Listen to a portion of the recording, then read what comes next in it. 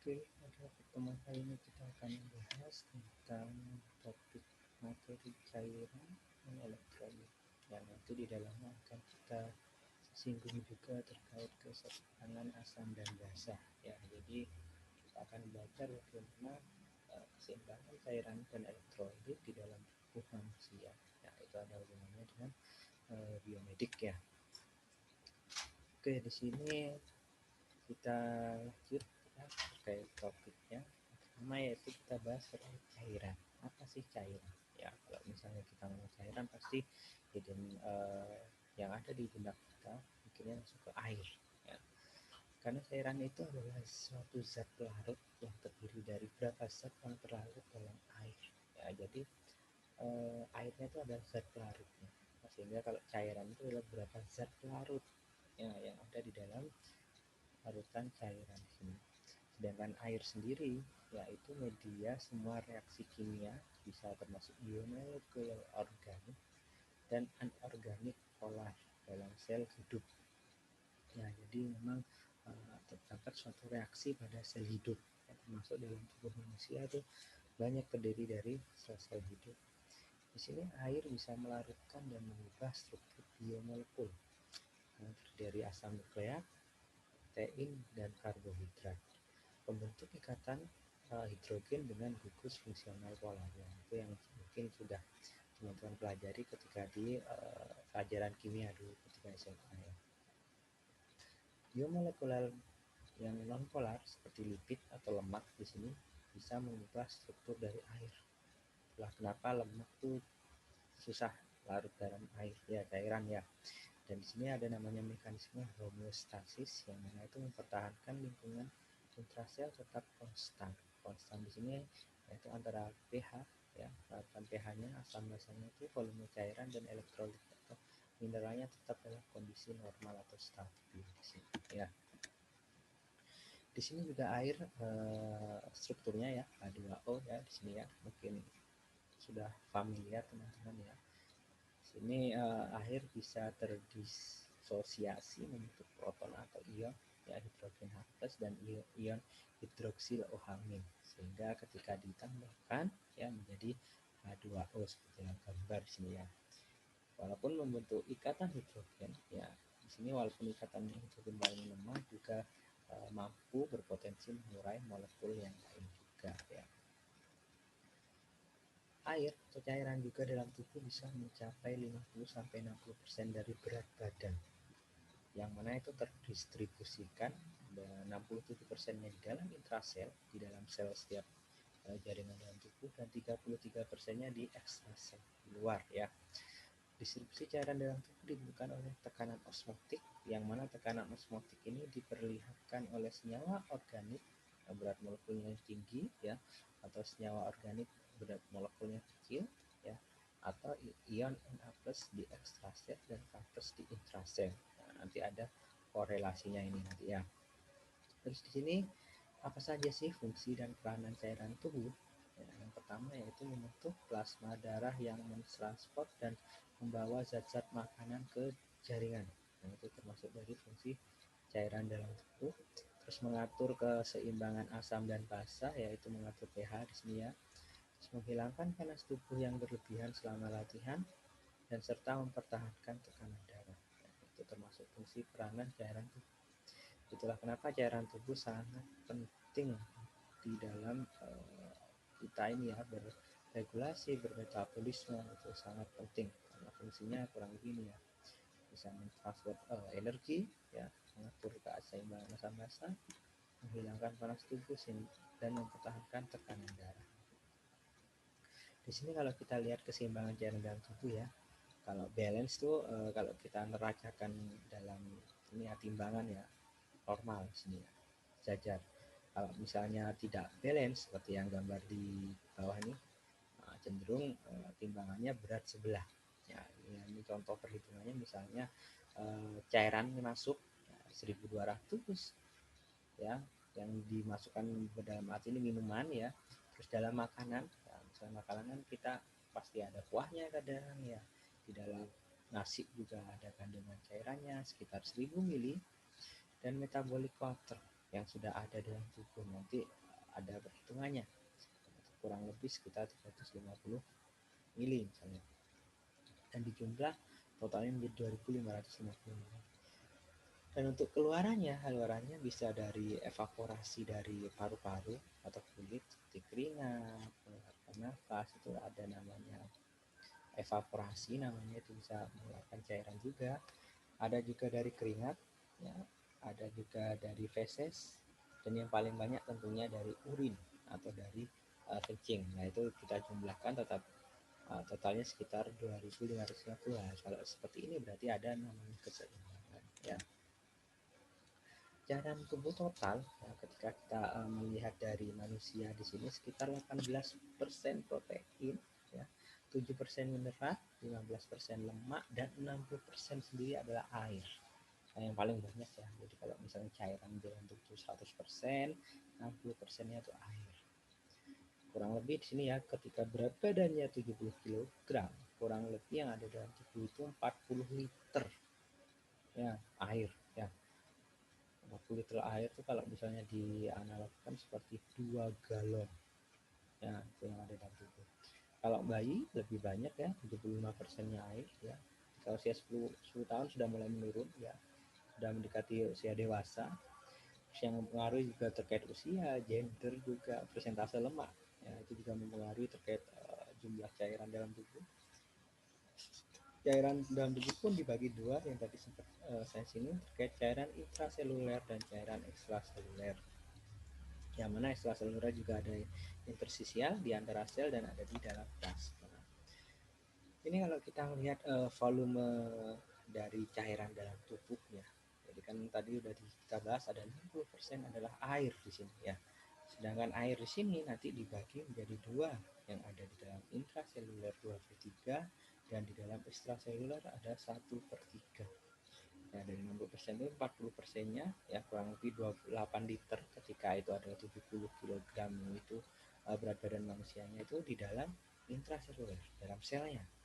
Nah, sepertiganya 20% kira-kira 14 liternya itu ya, itu di luar sel, ya.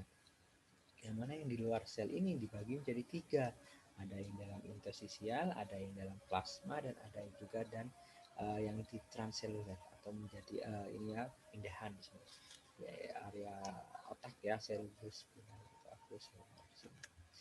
Di sini ada persentase total cairan tubuh, ya. Kalau misalnya kita bandingkan dengan berat badan, ya, bayi baru lahir, nah itu persentasenya sangat tinggi, ya, sekitar 77%-nya adalah cairan, ya.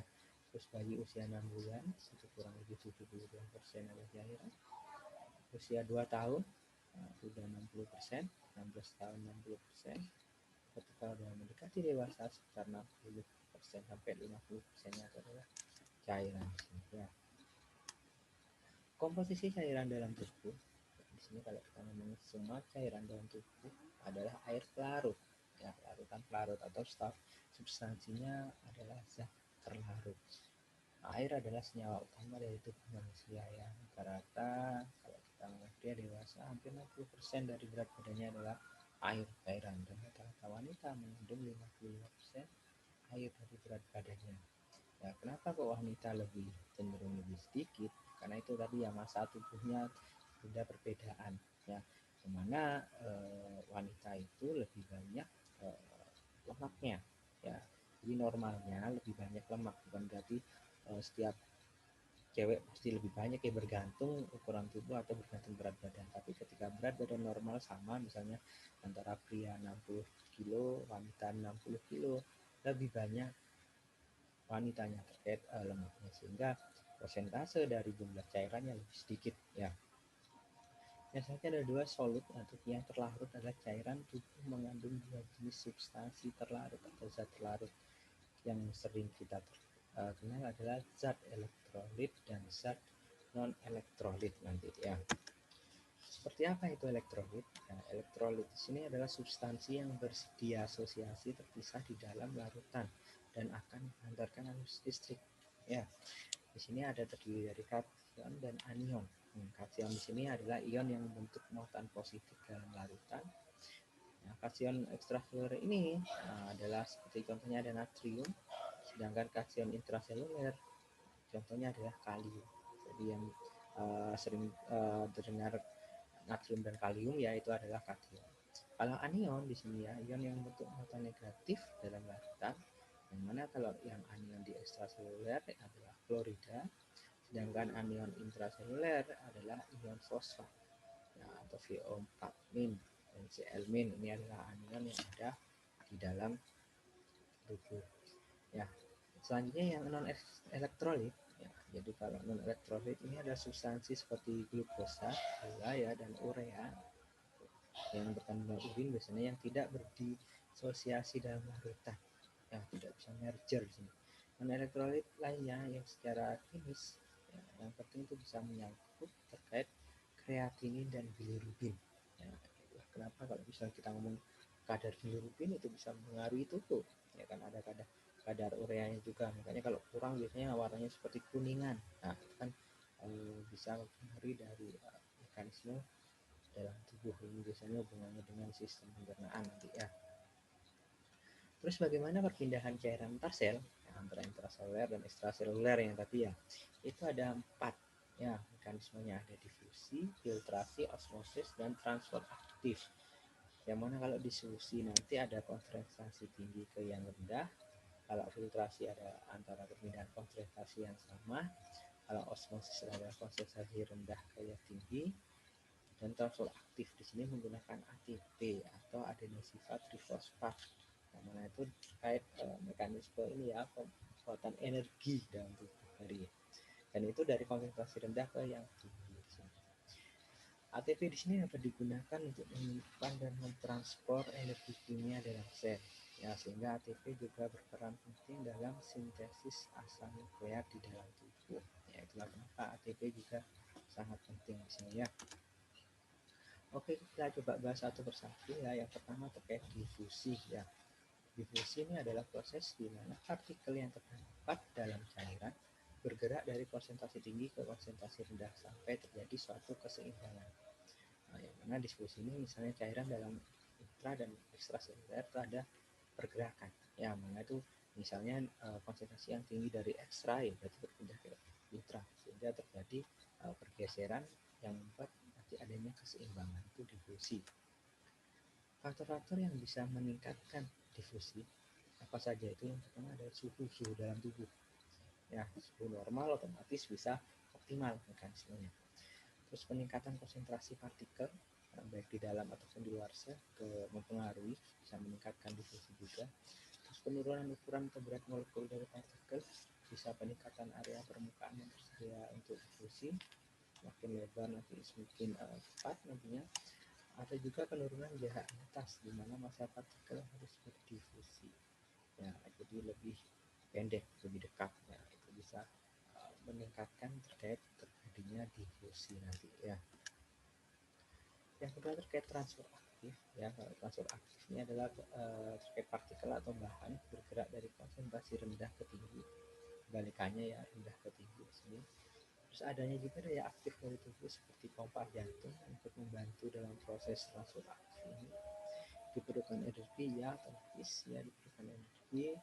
Terus banyak zat terlarut penting yang ditransfer secara aktif melewati membrana sel, bisa meliputi natrium, kalium, hidrogen, glukosa, dan asam amino. Yang mana transport aktif ini adalah vital untuk mempertahankan komposisi baik terkait seluler ini ya, CIS ya, cairan ekstraseluler, dan CIS cairan intraseluler. Jadi ada ini ya, ada keunikan dari komposisi cairan intra dan cairan ekstraseluler. Yang ketiga yaitu terkait filtrasi atau dalam arti penyaringan. Filtrasi adalah merembesnya atau merembesnya rambat ya suatu cairan melalui selaput namanya permeabel. Nah, dia ada perpindahan di sini, dan itu perpindahannya itu merembes atau melalui cairan selaput permeabel. Dan arah rembesannya itu dari daerah dengan tekanan yang tinggi ke daerah yang tekanan rendah. Dari tinggi ke yang rendah, mirip dengan difusi. Hanya di sini melalui selaput permeabel. Untuk osmosis, yaitu bergeraknya pelarut bersih seperti air melalui membran semi permeabel dari larutan yang berkonsentrasi lebih rendah ke yang konsentrasi lebih tinggi. Nah, ini dan sifatnya lebih menarik. Ini yang lebih kebalikan dari difusi. Kenapa seringnya difusi osmosis? Difusi tinggi rendah, kalau osmosis rendah ke tinggi konsentrasinya nanti dalam pemindahan cairan di intra dan ekstra. Kenapa sih kita perlu membahas cairan? Apa sih fungsi cairan dalam tubuh? Yang pertama adalah sarana mengangkut zat-zat makanan ke sel-sel, mengedarkan energi. Penting sekali ya. Juga mengeluarkan buangan sel, ya, zat-zat sampah juga bisa melalui cairan, bisa melalui keringat, urin, ya. Terus membantu dalam metabolisme sel otomatis, ya. Nah, ada terkait intra dan ekstraseluler tadi ya. Terus juga sebagai pelarut untuk elektrolit dan elektrolit. Ya, di pelarutnya dari elektrolit dan non elektrolit juga dilakukan oleh cairan dalam tubuh. Terus juga bisa membantu memelihara suhu tubuh, terus membantu proses pencernaan, mempermudah eliminasi, ya, otomatis eliminasi alveoli ataupun uri, ya. Jadi kalau misalnya kalian merasa tidak atau susah BAB, mungkin saja kurang cairan dalam tubuh sehingga BAB-nya keras. Ya, jadi salah satu tipsnya adalah memperlunak nanti terkait BAB-nya. Terus mengangkut zat-zat seperti hormon, ya, enzim, ya, dan lagi banyak lainnya terkait fungsi cairan tubuh. Ini contoh intake output rata-rata harian dari unsur tubuh ya.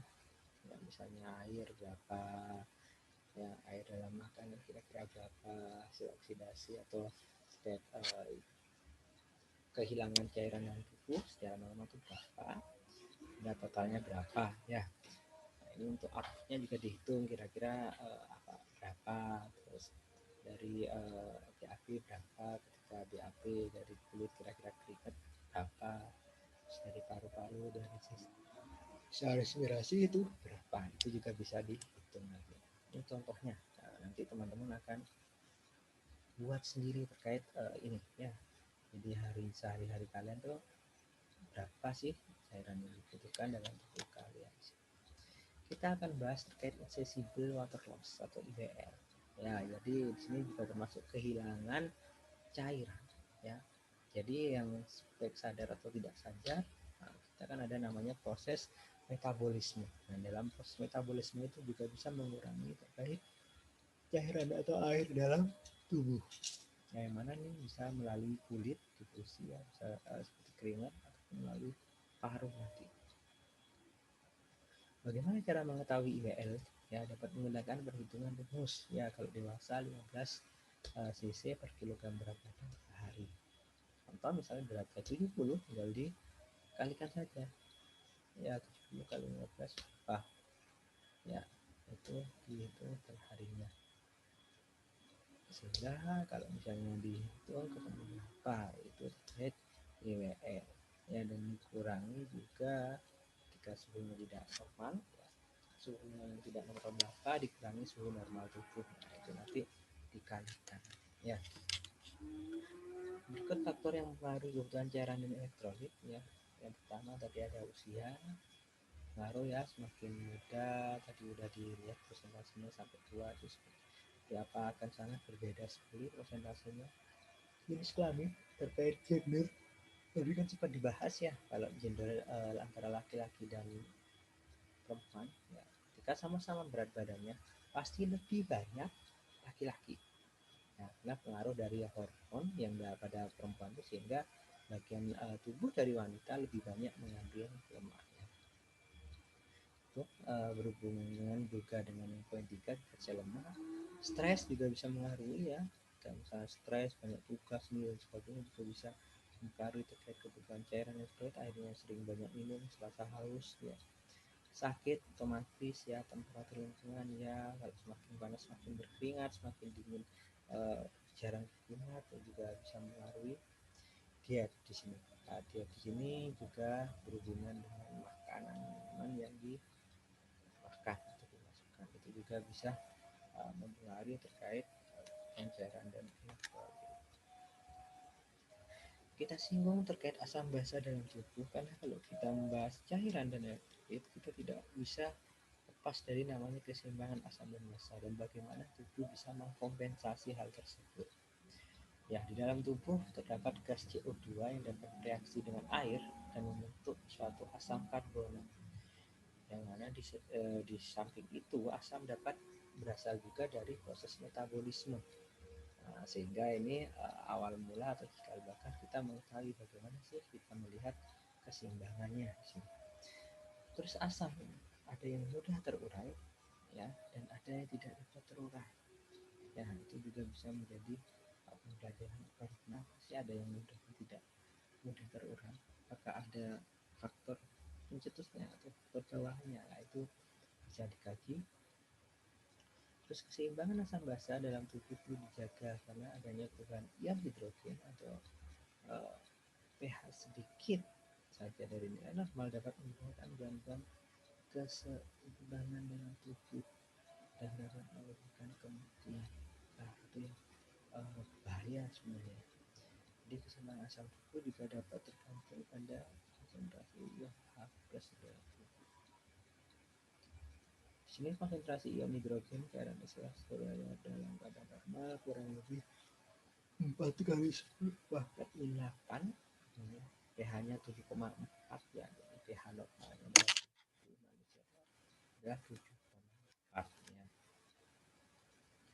Cukup saya singgung terkait gangguan keseimbangan asam basa. Ada yang namanya asidosis metabolik, ada alkalosis metabolik. Di sini hubungannya dengan metabolisme. Ada juga asidosis respiratorik dan alkalosis respiratorik. Di sini hubungannya dengan proses respiratori ya atau proses pernapasan di sini ya.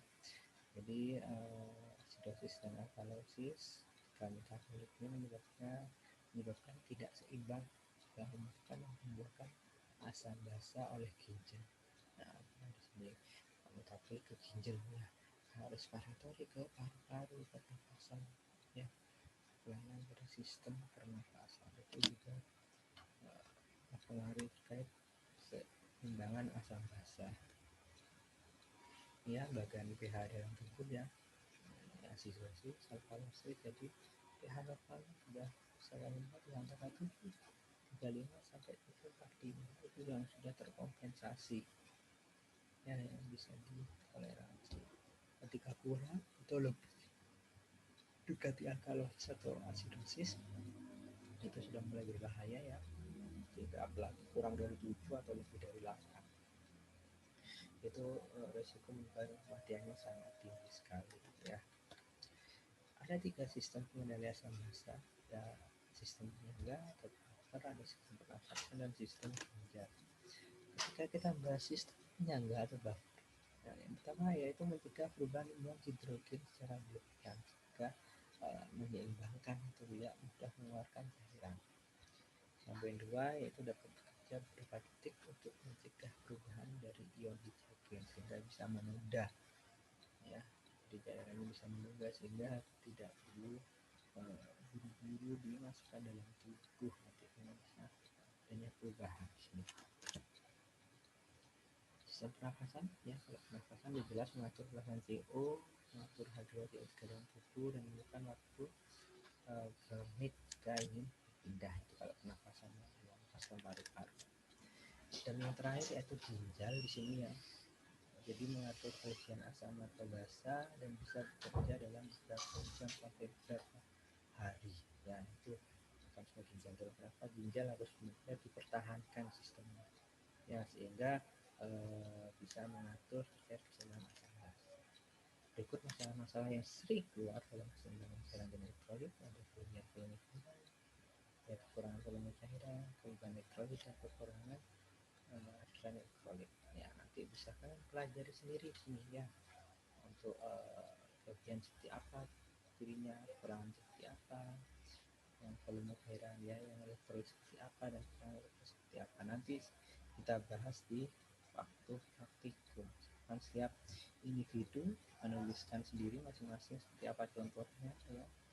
Dan nanti juga sebisa mungkin bisa diupload di forum itu sebagai bahan diskusi. Baik, terima kasih atas perhatiannya.